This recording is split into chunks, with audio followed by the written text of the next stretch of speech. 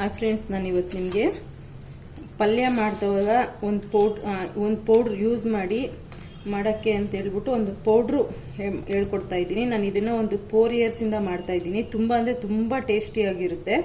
ನೀವು ಪಲ್ಯ ಮಾಡಿದವಾಗ, ಕರಿ ಮಾಡಿದವಾಗ ಯಾವುದೇ ಫ್ರೈಗೆ ಇದನ್ನು ಒಂದು 2 ಸ್ಪೂನ್ಸ್ ಹಾಕಿದ್ರೆ ಸಾಕು. ಎಲ್ಲ ಉಪ್ಪು ಖಾರ ಎಲ್ಲ ಇದರಲ್ಲೇ ಇರುತ್ತೆ. ನಿಮಗೆ ಈಸಿಯಾಗಿ ಪಲ್ಯ ಹೋಗ್ಬಿಡುತ್ತೆ. ಇದು ವರ್ಕ್ ಮಾಡೋ ವುಮೆನ್ಸ್ಗೆಲ್ಲ ತುಂಬ ಈಸಿಯಾಗಿರುತ್ತೆ, ಟೇಸ್ಟಿಯಾಗೂ ಇರುತ್ತೆ. ಇದನ್ನು ಯಾವ ಥರ ಮಾಡೋಣ ಅಂತ ಬನ್ನಿ ತೋರಿಸ್ತೀನಿ. ನಾನೀಗ ಇದು ಗ್ರಾಮ್ ಲೆಕ್ಕದಲ್ಲೂ ಹೇಳ್ತೀನಿ, ಸ್ಪೂನ್ ಲೆಕ್ಕದಲ್ಲೂ ಹೇಳ್ತೀನಿ. ಇದು ಎಲ್ಲನೂ ಮಿಕ್ಸ್ ಮಾಡಿ ಹುರ್ಕೊಬೇಕು. ಮೆಣಸಿನ್ಕಾಯಿ ಒಂದು ಬಿಟ್ಟು ತೋರಿಸ್ಕೊಡ್ತೀನಿ ಬನ್ನಿ. ಫ್ರೆಂಡ್ಸ್, ನಾನೀಗ ಧನಿಯಾ ಹಾಕ್ಕೊತಾ ಇದ್ದೀನಿ. ಧನಿಯಾ ಬಂದು ಇದು ಒಂದು ಕಪ್ ತಗೊಂಡಿದ್ದೀನಿ. ನಾನು ಕಪ್ ಮೆಜರ್ಮೆಂಟ್ ಹಾಕೊಂಡಿದ್ದೆ ಕ್ವಶನ್. ಇದು ಧನಿಯಾ ಬಂದು 100 ಗ್ರಾಮ್ ಇದೆ. ನಾವು ಧನಿಯಾ ಎಷ್ಟು ತಗೊಂತೀವೋ ಅಷ್ಟೇ ಒಣಮೆಣಸಿನಕಾಯಿ ತಗೋಬೇಕು. ಅದಕ್ಕೆ ಲೆಕ್ಕ ಪ್ರಕಾರ ತಗೊಂಡಿದ್ದೀನಿ. ಈಗ ನಾನು ಇದನ್ನ ಸ್ಟವ್ ಕಮ್ಮಿ ಇಟ್ಕೊಂಡೆ ನಾವೆಲ್ಲ ಹುರ್ಕೊಬೇಕು. ಇದೇನೋ ನಾವು ಸ್ವಲ್ಪ ಸೀದೋದ್ರೂ ಕೂಡ ಟೇಸ್ಟ್ ಚೆನ್ನಾಗಿ, ಸ್ವಲ್ಪ ಸೀದೋಗಿದ್ರು ಕೂಡ ಟೇಸ್ಟ್ ಚೆನ್ನಾಗಿರಲ್ಲ. ಇದನ್ನೆಲ್ಲ ಸ್ವಲ್ಪ ಸ್ಟವ್ ಕಮ್ಮಿ ಇಟ್ಕೊಂಡೇನೆ ಹುರ್ಕೊಬೇಕು. ಲೈಟ್ ಕೆಂಪು ಬಂದ್ಮೇಲೆ ಮಿಕ್ಕಿದ ಐಟಮ್ಸ್ ಎಲ್ಲ ಒಂದೊಂದೇ ಆ್ಯಡ್ ಮಾಡ್ತಾ ಹೋಗ್ಬೇಕು. ಇದು 100 ಗ್ರಾಮ್ ಧನಿಯಾಗಿ ಮಾಡ್ತಾ ಇದ್ದೀನಿ ನಾನು. ನಿಮಗೆ ಇದನ್ನ ಫ್ರಿಜ್ಜಲ್ಲಿ ಹಿಡ್ದಿರಾ ಕೂಡ 3 ಮಂತ್ಸ್ ಹೊರಗಡೆ ಇಟ್ಟು ಯೂಸ್ ಮಾಡ್ಬೋದು. ತುಂಬ ಚೆನ್ನಾಗಿರುತ್ತೆ. ಪರಿಮಳ ಅಂತೂ ಪಲ್ಯ ಮಾಡಿದವಾಗ ಮನೇಲಿ ಎಲ್ಲರಿಗೂ ಗೊತ್ತಾಗುತ್ತೆ ಒಳ್ಳೆ ಪಲ್ಯ ಆಗ್ತಾ ಇದೆ ಅನ್ನೋ ಅಷ್ಟು ಟೇಸ್ಟಿ ಇರುತ್ತೆ. ಇದು 100 ಗ್ರಾಮ್ ಅಂತ ಹೇಳಿದ್ನಲ್ಲ, ನಿಮಗೆ ಸ್ಪೂನ್ ಲೆಕ್ಕದಲ್ಲಿ ಅಂದ್ರೆ 12 ಟೇಬಲ್ ಸ್ಪೂನ್ ಬರುತ್ತೆ. ಇದು ನೀವು ಬೇಕಾದ್ರೆ ಒಂದು 20 ಗ್ರಾಮ್ಗೆ ಸಪರೇಟ್ ಆಗಿ 2 ಸ್ಪೂನ್ ಹಾಕೊಂಡು ಕೂಡ ನೀವು ಮಾಡ್ಕೊಂಡು ಟ್ರೈ ಮಾಡಿ. ಇದು ನನಗೆ ಇಷ್ಟ. ನಮ್ಮ ಮನೇಲಿ ಇದು 1 ಮಂತು ಬರೋದಿಲ್ಲ. ಯಾಕಂದ್ರೆ ನಾನು ಪಲ್ಯ, ಕರಿ ಇದಕ್ಕೆಲ್ಲ ಇದನ್ನ ಯೂಸ್ ಮಾಡ್ತಾನೆ ಇರ್ತೀನಿ. ನಾನು ಇದಕ್ಕೆ ಕರಿಬೇವಿನ ಸೊಪ್ಪು ಕೂಡ ಹಾಕ್ಬಿಡ್ತಾ ಇದ್ದೀನಿ. ಕರಿಬೇವಿನ ಸೊಪ್ಪು ಒಂದು ಇಡೀ ಇದೆ, ವಾಶ್ ಮಾಡಿ ಇಟ್ಟಿದ್ದೆ.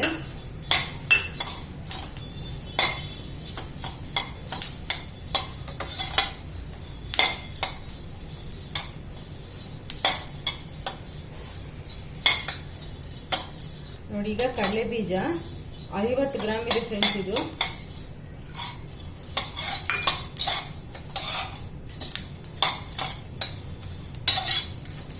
ನಿಮ್ಮ ಟೇಬಲ್ ಸ್ಪೂನ್ ಅಲ್ಲಿ 2 ಟೇಬಲ್ ಸ್ಪೂನ್ಸ್ ಹಾಕೊಳ್ಳಿ.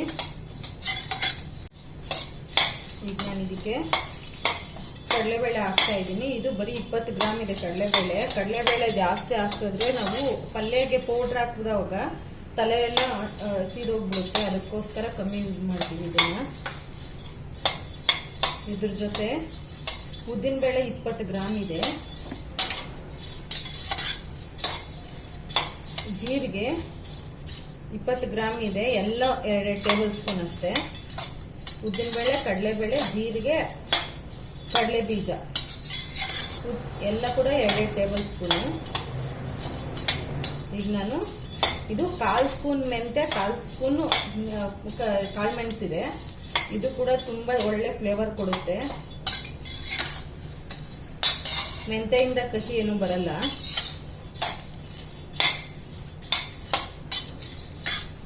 ಇದು ನಾವು ಚೆನ್ನಾಗಿ ಹುರ್ಕೋಬೇಕು. ಯಾಕಂದ್ರೆ ನಾವು ಇದನ್ನ ಹಾಕಿದ ತಕ್ಷಣ ಪಲ್ಯ 1-2 ನಿಮಿಷ ಮಿಕ್ಸ್ ಮಾಡಿ ನಿಲ್ಸ್ಬಿಡ್ತೀವಿ. ಅದಕ್ಕೆ ಈಗಲೇ ನೀಟಾಗಿ ಫ್ರೈ ಮಾಡ್ಕೋಣ. ಫ್ರೆಂಡ್ಸ್, ನಾನೀಗ ಇದಕ್ಕೆ ಎಳ್ಳು ಕೂಡ ಹಾಕೊಂತ ಇದ್ದೀನಿ. ಎಳ್ಳು ಕೂಡ 50 ಗ್ರಾಮ್ ಇದೆ. ಟೇಬಲ್ ಸ್ಪೂನ್ ಅಲ್ಲಿ 4 ಟೇಬಲ್ ಸ್ಪೂನ್ ಬರುತ್ತೆ. ಇದು ಸಾಸಿವೆ ಒಂದು ಸ್ಪೂನ್ ಇದೆ.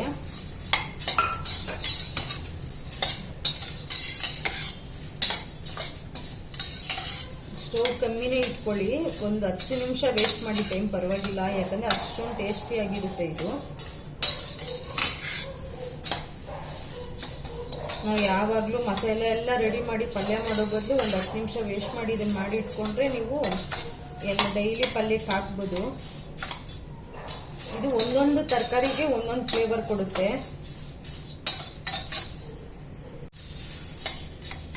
ನಿಮಗೆ ಗೊತ್ತು, ಡೈಲಿ ಎಳ್ಳು, ಕಡಲೆ ಬೀಜ ಎಲ್ಲ ತಿನ್ಬೇಕು ಅಂತಾರೆ. ನೀವು ಡೈಲಿ ಇದನ್ನ 1 ಸ್ಪೂನ್ ಯೂಸ್ ಮಾಡ್ತಾ ಇರೋದ್ರಿಂದ ಪಲ್ಯಕ್ಕೆ ಎಲ್ಲ ನೀವು ತಿನ್ನಂಗೂ ಅನ್ಸುತ್ತೆ, ಟೇಸ್ಟಿಯಾಗೂ ಇರುತ್ತೆ. ಇದಾಗಿದೆ ಫ್ರೆಂಡ್ಸ್. ಈಗ ಇದನ್ನ ಸ್ವಲ್ಪ ಆರಿಸ್ಕೋಬೇಕು. ಈಗ ಮೆಣಸಿನ್ಕಾಯಿ ಹುರ್ಕೋಣ.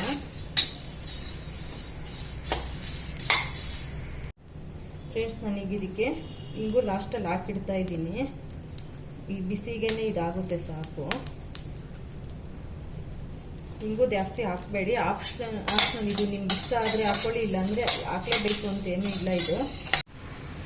ಫ್ರೆಂಡ್ಸ್ ನೋಡಿ, ಈಗ ಇದಕ್ಕೆ ಮೆಣಸಿನ್ಕಾಯಿ ಹುರ್ಕೋಣ. ಸ್ವಲ್ಪ ಆಯಿಲ್ ಹಾಕ್ತಾ ಇದ್ದೀನಿ, ಘಾಟ್ ಕಮ್ಮಿ ಆಗಲಿ ಅಂತ ಅಷ್ಟೇ.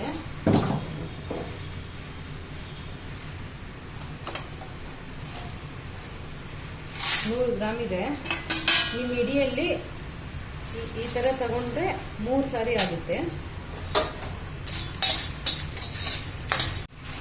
ಮೆಣಸಿನ್ಕಾಯಿ ಕೂಡ ಅಷ್ಟೇ, ತುಂಬ ಸ್ಟೋವ್ ಜಾಸ್ತಿ ಇಟ್ಕೊಂಡು ಹುರ್ಕೋಬೇಡಿ. ಪಲ್ಯ ಬೋಟು ಕಲರ್ ಚೇಂಜ್ ಆದರೆ ಚೆನ್ನಾಗಿ ಕಾಣಿಸಲ್ಲ, ನೋಡೋಕ್ಕೂ ತಿನ್ನೋಕ್ಕೂ ಕಹಿ ಬರುತ್ತೆ. ಏನು ಕೂಡ ತುಂಬ ಸೀದೋಗೋ ಥರ ಮಾಡ್ಕೋಬಾರ್ದು. ಸ್ಟೋವ್ ಕಮ್ಮಿ ಇಟ್ಕೊಂಡು ಒಂದು ಸ್ವಲ್ಪ ಟೈಮ್ ಕೊಟ್ಟು ಹುರ್ಕೋಬೇಕಾಗಿ ಬರುತ್ತೆ. ಫ್ರೆಂಡ್ಸ್, ನನಗೆ ಹುರ್ಕೊಂಡಾಗಿದೆ ಇದು ಮೆಣಸಿನ್ಕಾಯಿ. ಈಗೆಲ್ಲನೂ ಅದಕ್ಕೆ ಹಾಕ್ಕೊಬಿಡ್ತಾ ಇದ್ದೀನಿ.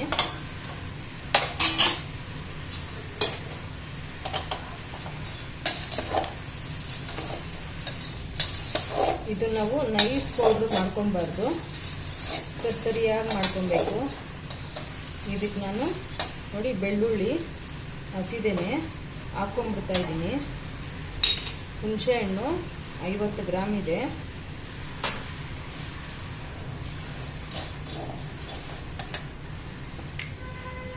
ಅರಿಶಿನ ಇದು ಚಿಕ್ಕ ಸ್ಪೂನು, ಅದಕ್ಕೆ ಒಂದು ಹಾಕ್ತಾ ಇದ್ದೀನಿ. ನೀವು ನಾರ್ಮಲ್ ಸ್ಪೂನಲ್ಲಿ 1/4 ಸ್ಪೂನ್ ಹಾಕ್ಕೊಳ್ಳಿ ಸಾಕು. ಇದಕ್ಕೆ ಉಪ್ಪು, ನಾನು ಪಿಂಕ್ ಸಾಲ್ಟ್ ಹಾಕ್ತಾ ಇದ್ದೀನಿ. ನಾರ್ಮಲ್ ಸಾಲ್ಟ್ ಆದರೆ ಒಂದು ಸ್ವಲ್ಪ ಕಮ್ಮಿ ಹಾಕ್ಕೊಳ್ಳಿ. 2 ಸ್ಪೂನು, 3 ಸ್ಪೂನ್ ಹಾಕಿದ್ದೀನಿ. ಇದನ್ನ ಈಗ ತರಿಯಾಗಿ ಪುಡಿ ಮಾಡ್ಕೊಳ್ಳೋಣ, ಸ್ವಲ್ಪ ಆರಲಿ. ನಾನು ಒಂದು ವಿಡಿಯೋನ 1,14,000 ಜನ ನೋಡಿದ್ದಾರೆ ಫ್ರೆಂಡ್ಸ್. ಬಾಳೆಕಾಯಿ ಗ್ರೇವಿ ತುಂಬ ಅಂದರೆ ತುಂಬ ಇಷ್ಟ ಆಯಿತು ನನಗೆ. ಇದು ಕೂಡ ನಿಮ್ಗೆ ಎಲ್ಲರಿಗೂ ಇಷ್ಟ ಆಗುತ್ತೆ ಅಂತ ಅನ್ಕೊತಾ ಇದ್ದೀನಿ. ಯಾಕಂದರೆ ಇದು ನಾನು ಮಾಡಿದವಾಗೆಲ್ಲ ಪಲ್ಯ ಇನ್ನೂ ಸ್ವಲ್ಪ ಇದ್ರೆ ಚೆನ್ನಾಗಿರ್ತಿತ್ತು ಅನ್ನೋಷ್ಟು ಟೇಸ್ಟಿ ಇರುತ್ತೆ. ಇದು ಕೂಡ ನಿಮ್ಗೆ ಇಷ್ಟ ಆಗುತ್ತೆ. ಇದೇ ಥರ ವಿಡಿಯೋಸ್ ನಾನು ಮಾಡ್ತಾ ಇರ್ತೀನಿ. ನೀವು ನಮ್ಮ ಚಾನಲ್ ಸಬ್ಸ್ಕ್ರೈಬ್ ಮಾಡ್ಕೊಳೋದನ್ನು ಮರಿಬೇಡಿ. ಈಗ ಆರಲಿ ಸ್ವಲ್ಪ. ನೋಡಿ ಫ್ರೆಂಡ್ಸ್, ನಾನೀಗ ಇದನ್ನು ಪುಡಿ ಮಾಡ್ಕೊತಾ ಇದ್ದೀನಿ. ಮಿಕ್ಸ್ ಮಾಡಿ ಪುಡಿ ಮಾಡ್ಕೊಳ್ಳಿ. ಆಮೇಲೆ ಪೌಡ್ರ್ ಮಾಡಿದ್ಮೇಲೆ ಕೂಡ ಒಂದ್ಸರಿ ಮಿಕ್ಸ್ ಮಾಡಿಕೊಂಡ್ರೆ ಹುಣಸೆಹಣ್ಣೆಲ್ಲ ಕರೆಕ್ಟಾಗಿ ಮಿಕ್ಸ್ ಆಗುತ್ತೆ. ಇದು ಹುಣಸೆಹಣ್ಣು ಹಸಿದು ಹಾಕಿದ್ದೀವಿ, ಪುಡಿ ಆಗಲ್ಲ ಅಂತ ಏನು ಇಲ್ಲ, ಆಗುತ್ತೆ. ಇದ್ರ ಜೊತೆ ಬಿಸಿಯಲ್ಲಿ ಹಾಕಿಟ್ಟಿದ್ದೀವಲ್ಲ, ಆಗುತ್ತೆ. ಇದು ತುಂಬ ನೈಸಾಗೇನು ಬೇಡ, ತರಿಯಾಗಿರಬೇಕು.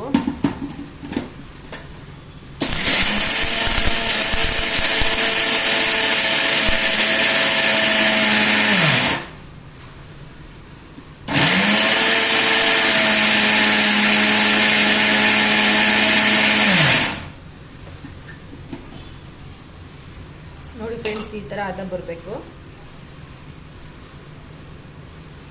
ಆಗಲೇ ಚೆನ್ನಾಗಿರೋದು ಪಲ್ಯಕ್ಕೆ ಹಾಕಿದವಾಗ.